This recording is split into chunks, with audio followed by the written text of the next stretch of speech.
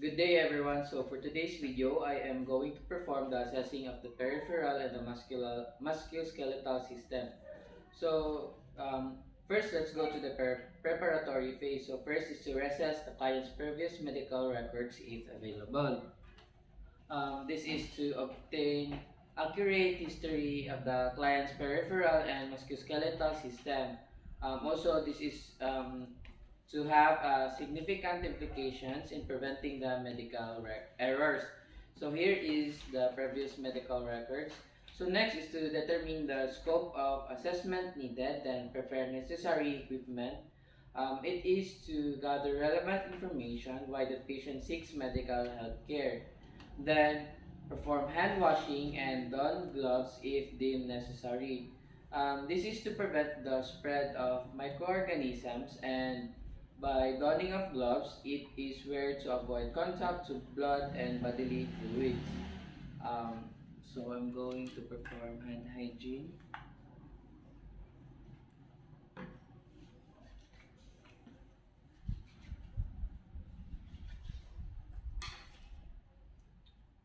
Next is to assemble equipment and supplies needed. So for organized workplace and easy access to the equipment you will be needing. So here are the requirements I've already prepared. So next is to introduce self and verify the client's identity. This is to ease any client's anxiety, then make the client comfortable and allows you to make a good impression and to ensure that the right patient receives the right assessment. So good day sir, my name is John Ryan S. Baco, your student nurse. So what is your name sir? My name is Zach Snyder. Yes sir. And how um what is your age sir? I'm 21 years old. I was born on November 1, 2000. Okay sir. Okay sir. Next is to explain the procedure to the client. Explaining the procedure to the client ensures cooperation of the client.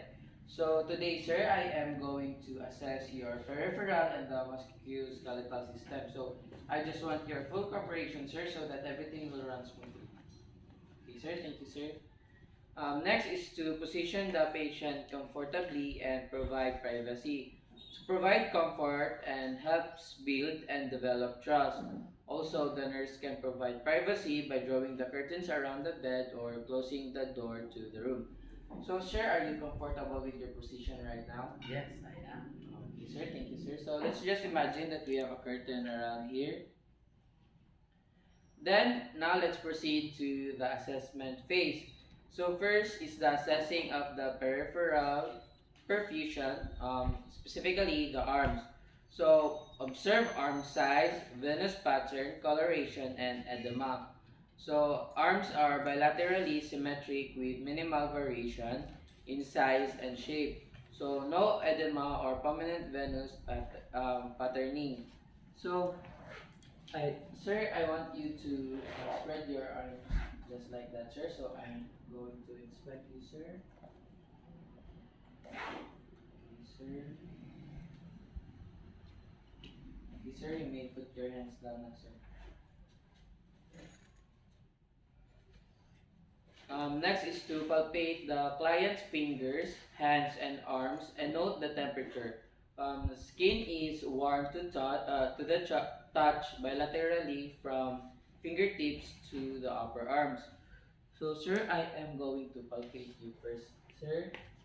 Starting at the fingertips.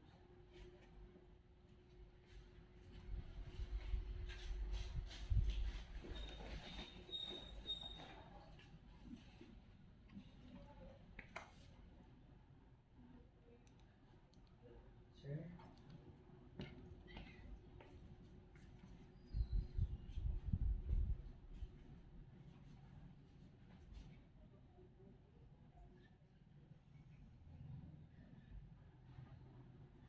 Wait, sir, I'm just going to convert it. Then I'm going to note the temperature, sir. So,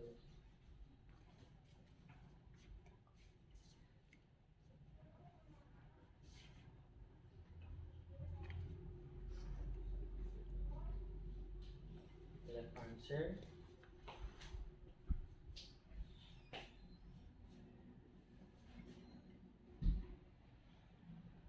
Okay, sir. Thank you, sir.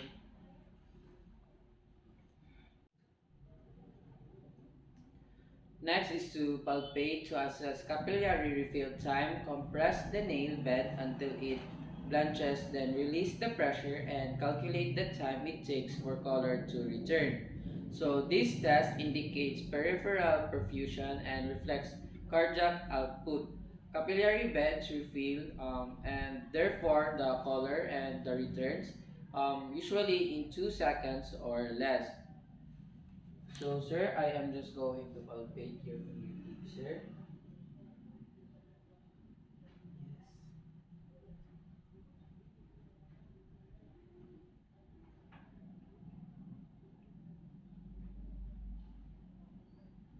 Then the left arm, sir.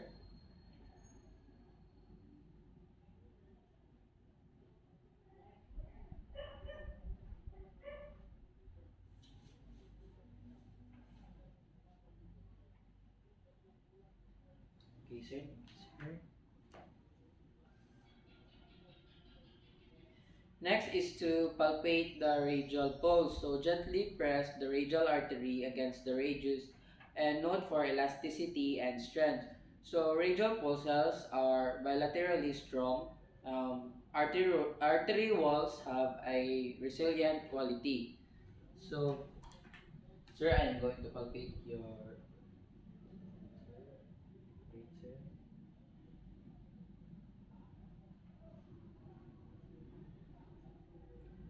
And the other hand, sir.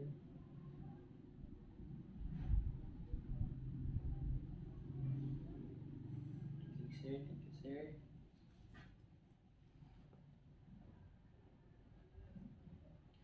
Next is to palpate the ulnar pulses. So apply pressure with your first three fingers to the medial aspects of the inner wrist. So the ulnar pulses are not routinely assessed because they are located deeper than the radial pulses and are difficult to detect. So palpate the ulnar arteries if you suspect arterial insufficiency. So, sir, now I'm going to palpate your ulnar, sir, or ulnar artery.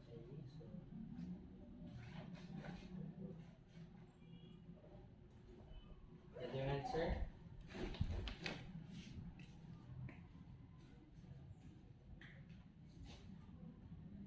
Okay, sir. Thank you, sir. Next is palpate the brachial pulses. So, place the first three fingertips of each hand at the client's right and left medial antecubital creases. So, you can also palpate the brachial pulses if you suspect arterial insufficiency.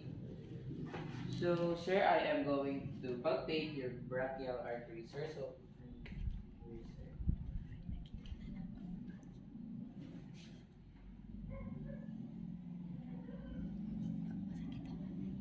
Okay, sir. The other hand, sir.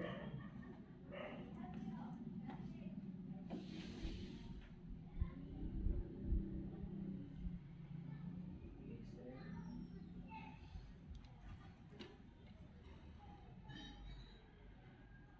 So, next is to perform the Allen test. So, the Allen test evaluates patency of the radial or ulnar arteries. So, sir, give me your answer. So, can you um, open your palm, sir? Then close, sir. Then I want you to hold it, sir, and I'm going to tell you to release, sir. So, release now, sir. Okay, sir. Thank you, sir.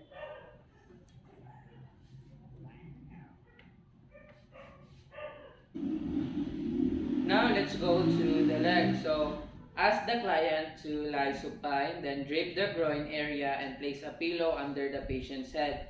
This is to provide comfort. So I'm just going to get the pillow. Then, sir, I want you to lay down, sir. Sir. Then I'm going to drape you, sir.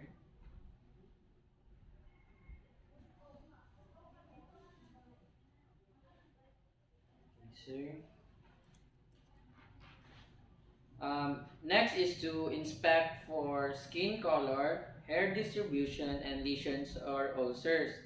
Hair covers the skin on the legs and appears on the dorsal surface of the toes. Legs are free of lesions or irritation. So, sir, I'm just going to inspect you, sir. Okay.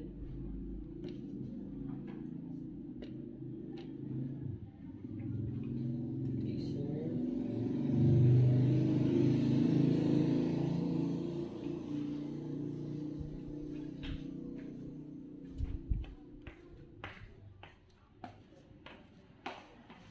sir.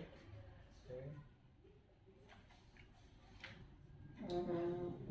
So next is to inspect and palpate for edema and note for veins, tendons, and bony prominences.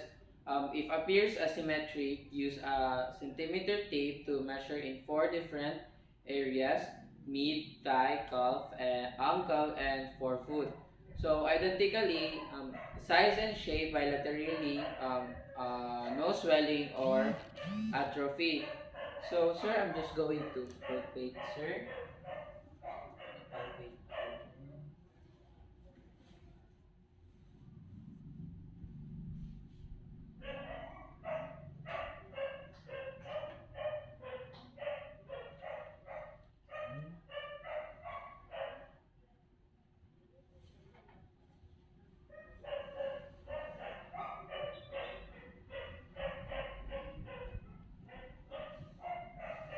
Okay, sir.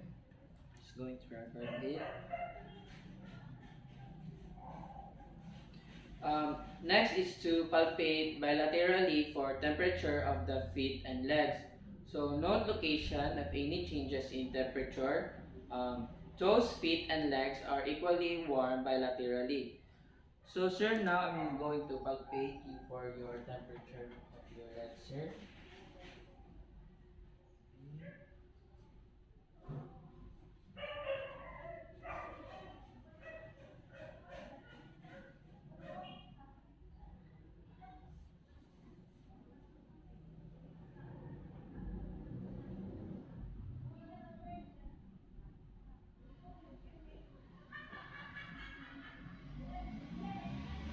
Okay, sir.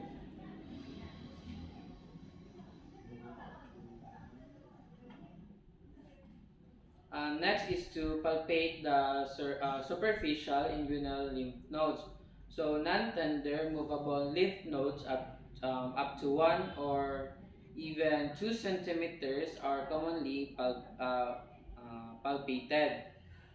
So, sir, I'm just going to palpate your lymph here. Okay, sir.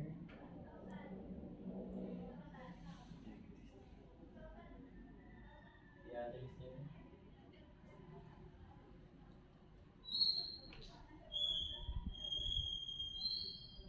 Okay, sir. Thank you, sir.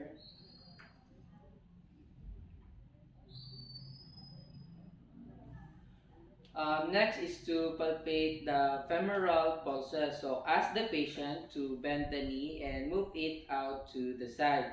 So femoral pulses, strong and equal bilaterally. So sir, I just want you to raise your left knee, sir. Then just like open it, sir. Because I'm going to um, palpate here, sir.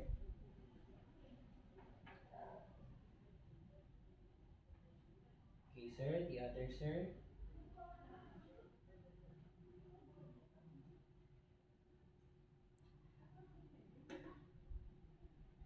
Okay, sir. And put your feet down, sir.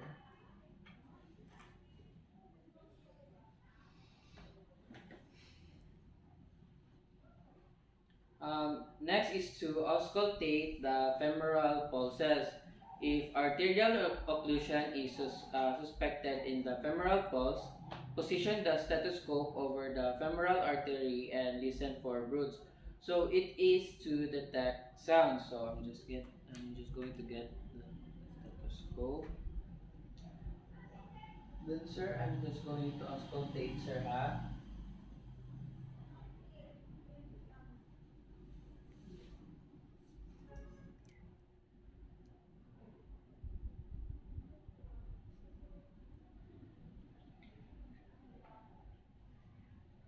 sir. The other, sir.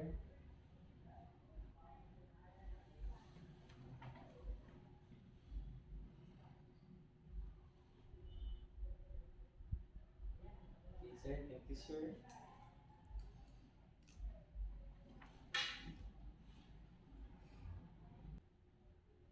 Next is to palpate the popliteal pulses. So ask the patient to raise or flex the knee partially and place your thumbs on the knee while positioning your fingers deep in the bend of the knee. So it is not unusual for the popliteal pulse to be difficult or impossible to detect, and yet for circulation to be normal. So, sir, I just want you to raise your knee, sir. Just like that, sir. Perfect, sir.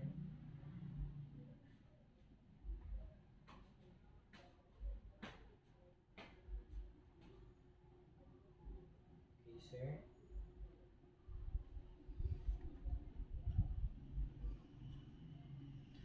Next is to palpate the dorsal pedis pulses. So the dorsiflex the client's foot and apply light pressure laterally to and along the side of the extensor tendon of the big toe. So assess the amplitude bilaterally.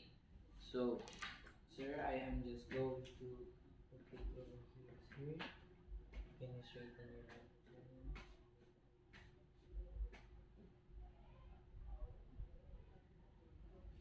Over, sir.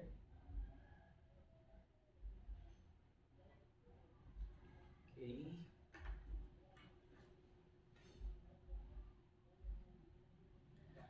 Next is to palpate the posterior tibial pulses. So, palpate behind and just below the medial malleolus. So, palpating both posterior tibial pulses at the same time aids in making comparison. So, assess amplitude bilaterally. So, okay, sir, can you, sir, okay,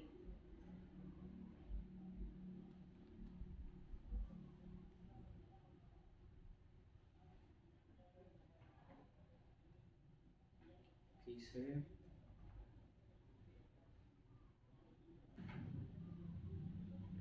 So inspect for varicosities and thrombophlebitis. Then ask the patient to stand because varicose veins may not be visible when the patient is supine and sitting. So as the client is standing, inspect for superficial vein thrombophlebitis to fully assess for a suspected phlebitis. So lightly palpate for tenderness if superficial vein thrombophlebitis is present, not redness or discoloration on the skin surface over the vein. So veins are flat and barely seen under the surface of the skin. So sir, I want you to stand up for a minute, sir. So wait, sir. Can you stand, sir? Can you face over here, sir? Okay, sir, I'm just going to inspect, sir.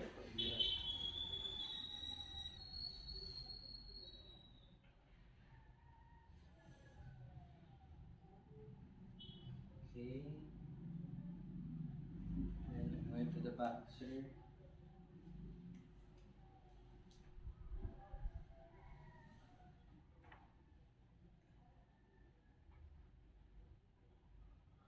Okay, sir. You can now lay down, sir.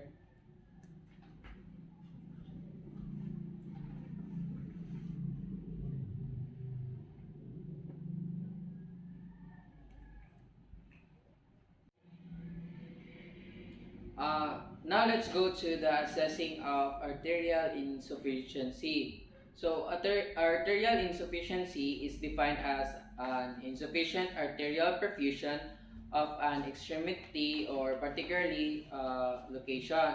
So it may be caused by arteriosclerosis, trauma, rheumatoid, arthritis, diabetes mellitus, um, Berger's disease, or the atherosclerosis. So The first procedure of this is to perform a position change test. So, sir, I want you to close your eyes, sir, and tell me, sir, if it's flex or extend, sir. Okay, sir. I think that's flex. Sir. Let's extend. That's flex. Okay, sir. Let's extend. It's flex. Okay, sir.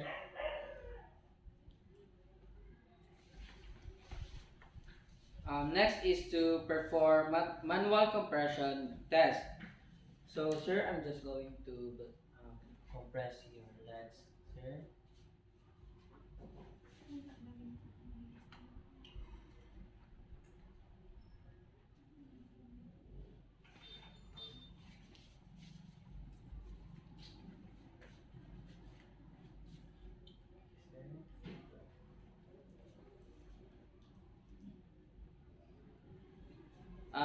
Next is to perform the Trendelenburg test.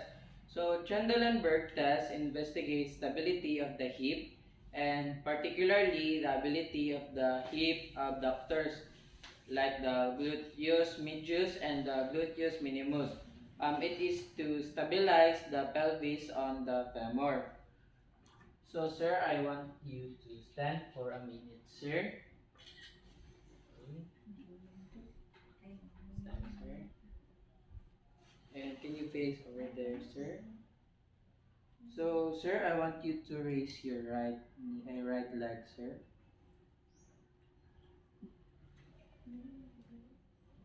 Okay, sir. The left leg, then, sir.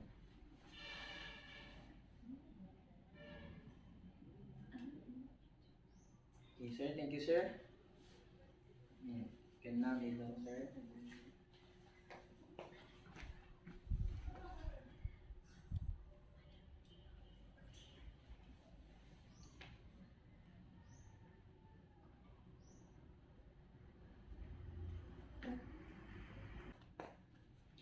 So now, sir, we are done for the peripheral, sir. So now let's go to the assessment of your musculoskeletal system, sir.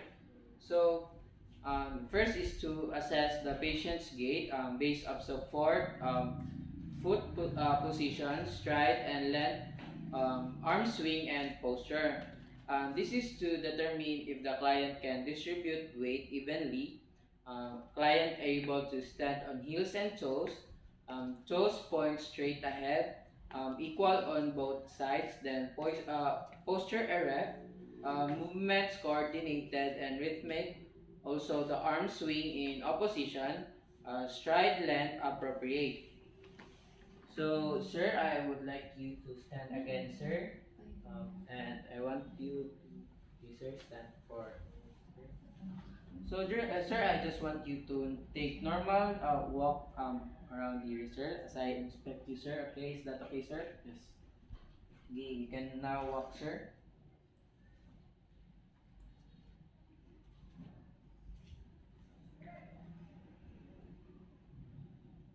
Okay, sir. Thank you, sir. Can you sit down, sir? Now let's go to the upper extremities. So first inspect, palpate, and test for range of motion of tempomandibular joint.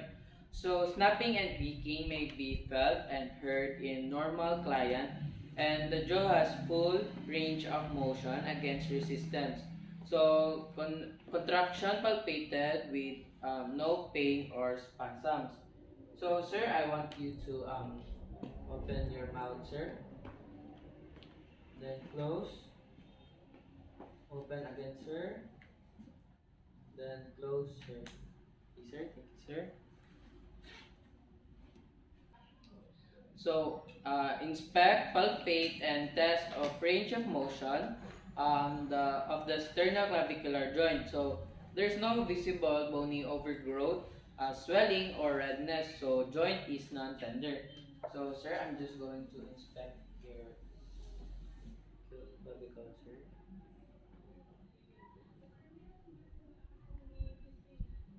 Okay, wait, sir. Let's go.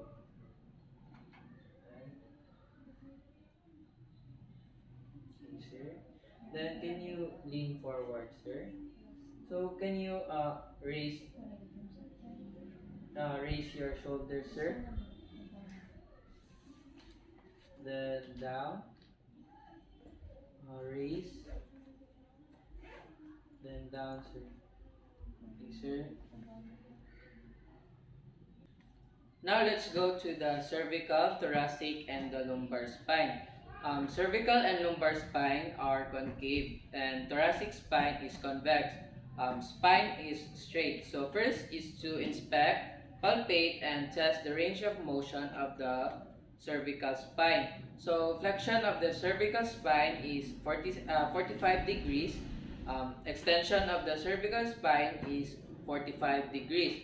So, sir, I want you to face over there, sir.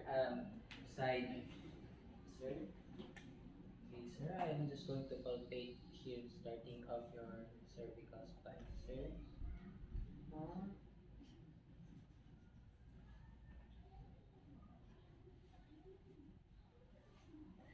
sir. So next is to inspect, palpate, and test the range of motion of the thoracic spine. So, sir, I'm now going to palpate your thoracic spine, sir.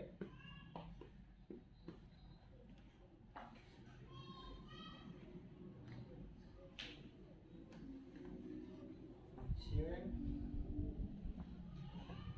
Then inspect, palpate, and test the range of motion of the lumbar spine.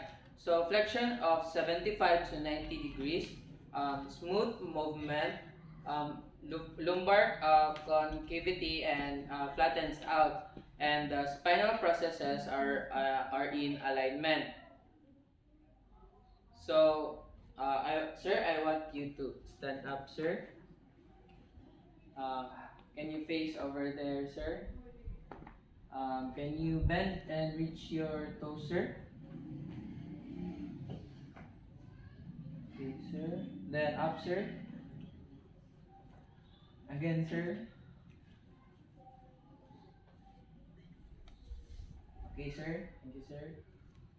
You can now sit down, sir.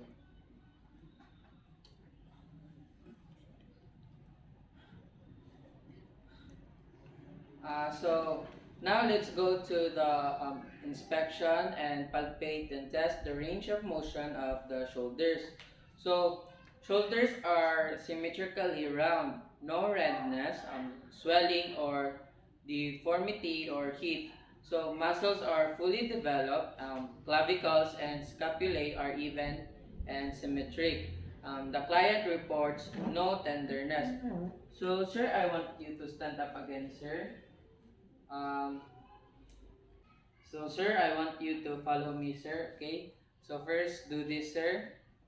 This, then that, then this, and that. You get it, sir? So first this, then this, this. Okay, sir. Can you do it by yourself, sir? Okay. Now you can now start, sir. Okay. Next, sir. Next. Last, sir. Okay, sir. Thank you, sir. You can now sit down, sir. Then, inspect, palpate, and test of the range of motion of arms. So, inspect forearms, elbows, and upper arms for size, shape, and symmetry. Note any obvious muscle atrophy or fasciculation in involuntary movements or abnormalities of position. So, sir, I want you to raise your hands like that, sir. I'm just going to palpate you, sir.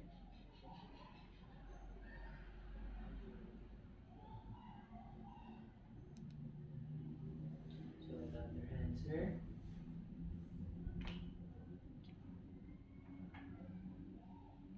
Okay, sir. Thank you, sir.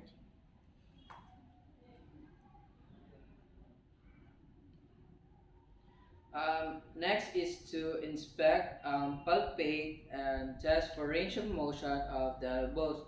So elbows are symmetric without deformities, redness or swelling. So sir, I want you to follow me again, sir. So like this, then this,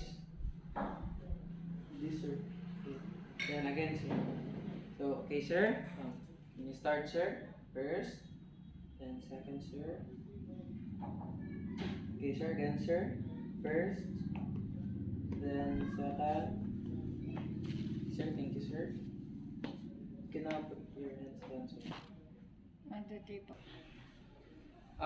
Next is to inspect, palpate, and test the range of motion of wrist. So wrists are symmetric without redness or swelling. They are non-tender and free of nodules. So, sir, I want you to raise your hands like that, sir. First, you look like that, sir. Then the other hand, sir.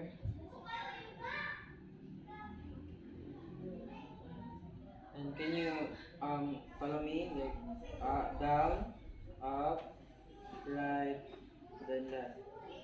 Okay, sir. Down, up, right, left. Sir. You can now put your hands down, sir. Next is to inspect, palpate, and test the range of motion of hands and fingers. So, inspect for any joint symmetry, alignment, and bony deformities. So, sir, I want you to still do this, sir. Okay, sir.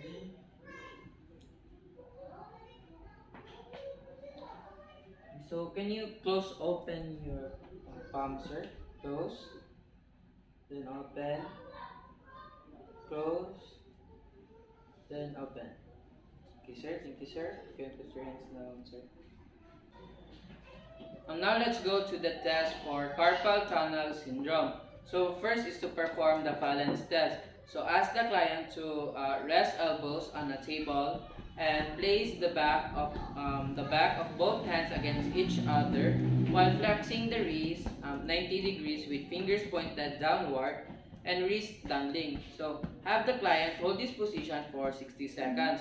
So if the median nerve is entrapped at the wrist, this maneuver reproduces the symptoms of carpal tunnel syndrome. So, sir, I want you to follow me, sir, ha? So, can you do this, sir? With your fingers down, sir.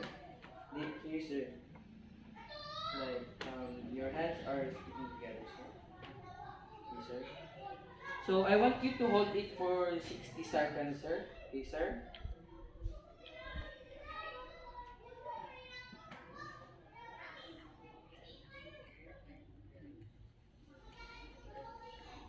So you can now stop, sir. So do you felt any tingling sensation, sir? No? Okay, sir. Sir. So next is to perform test for Tinel sign. So use your fingers to percuss slightly upper the median nerve. So the Tinel sign is the tingling or prickling sensation elicited by the percussion of an injured nerve trunk at or distal to the site of the lesion. So the sign also indicates nerve regeneration. So, sir, I want you to put your hands like that, sir, as I percuss you, sir.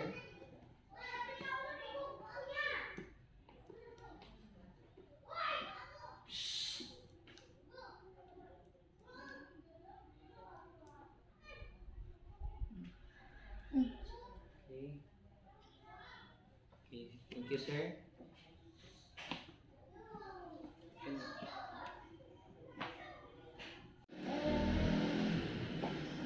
Perform test for thumb weakness. So ask the patient to raise the thumb up from the plane of the palm and stretch the thumb so that its pad rests on the pad of the little finger pad. So, sir, I want you to follow me again, sir. To put your hands like this, sir. Then hyperextend your thumb outward, sir. Like that, sir. Okay.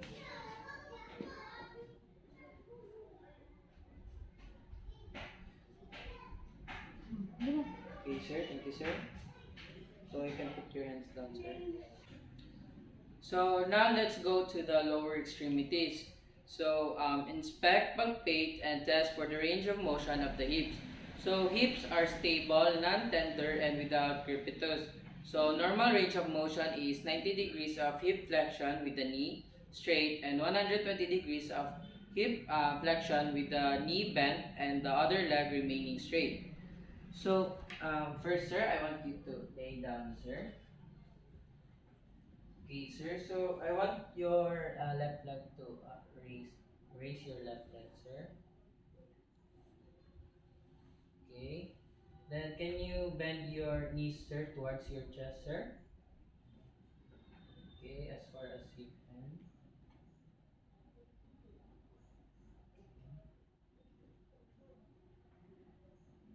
Okay, sir. Thank you, sir. The other leg, sir, raised. Then bend your knees towards your chest, sir.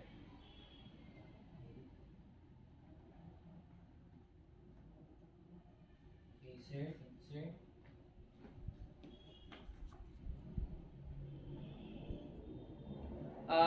Next is to inspect, palpate, and test the range of motion of the knees. So knees are symmetric, hollow present on both sides of the patella, no swelling or deformities. So sir, I'm just going to inspect and palpate, sir, if there are no swelling.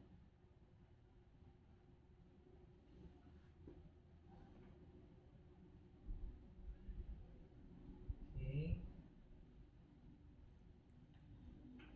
sir.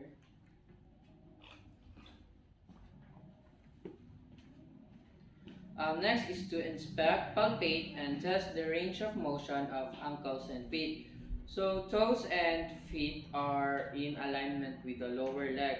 Smooth, rounded medial malleolar prominences with prominent heels and metatarso-tarsophalangeal joints. Um, Skin is smooth and free of corns and calluses, longitudinal arc. Most of the weight bearing is on the foot midline. So to assess if there's any unusual like swelling or deformities. So first, I'm just going to inspect and palpate, sir, your ankle.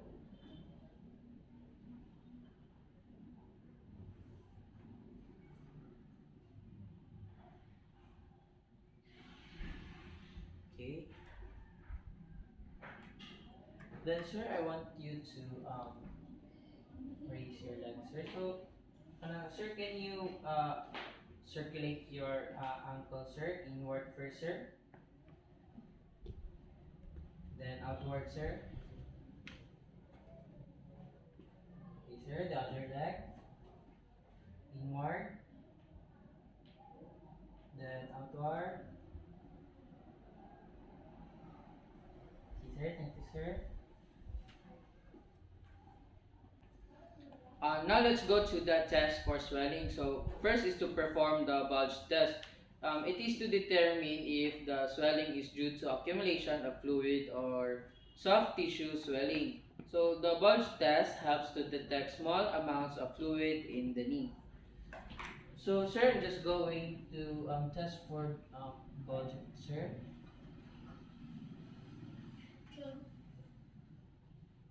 Okay.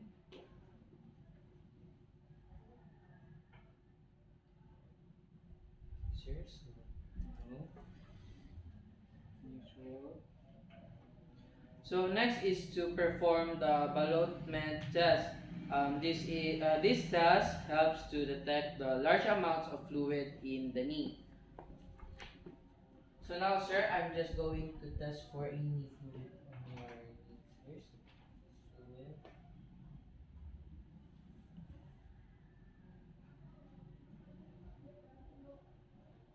Okay.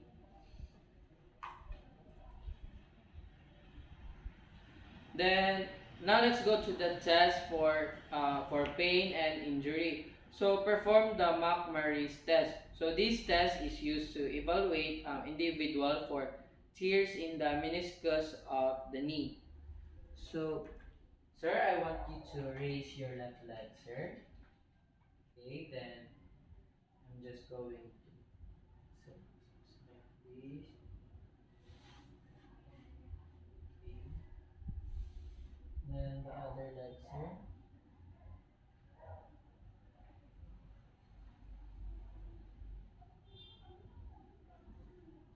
Okay, sir. Thank you, sir.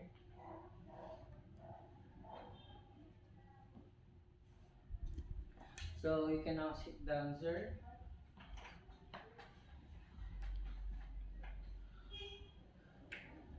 So now let's proceed to the termination phase. So review the information obtained during the assessment phase and discuss the findings to the client. Present to the client possible plans to resolve health concern if present. So today, sir, the assessment went well. There are no unusual or abnormal findings during your assessment, sir. Thank you. Okay, Thank sir. you, Lord. So next is to measure client's understanding of plan and the need for further teaching. Then provide client the opportunity to clarify, ask, or raise any concern. Sir, do you have any concern, sir, or any question about the assessment, sir? None. Okay, sir. Thank you, sir. Then end the interview politely. So thank you for your cooperation, sir, and have a great day, sir. Sir.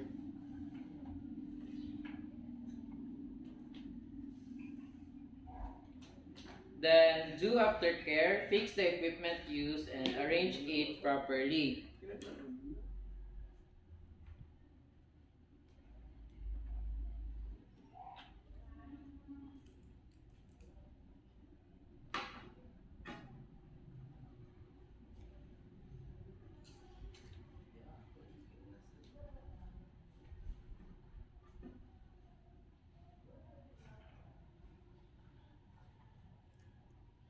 Then do perform hand washing. So I'm using alcohol based hand rub.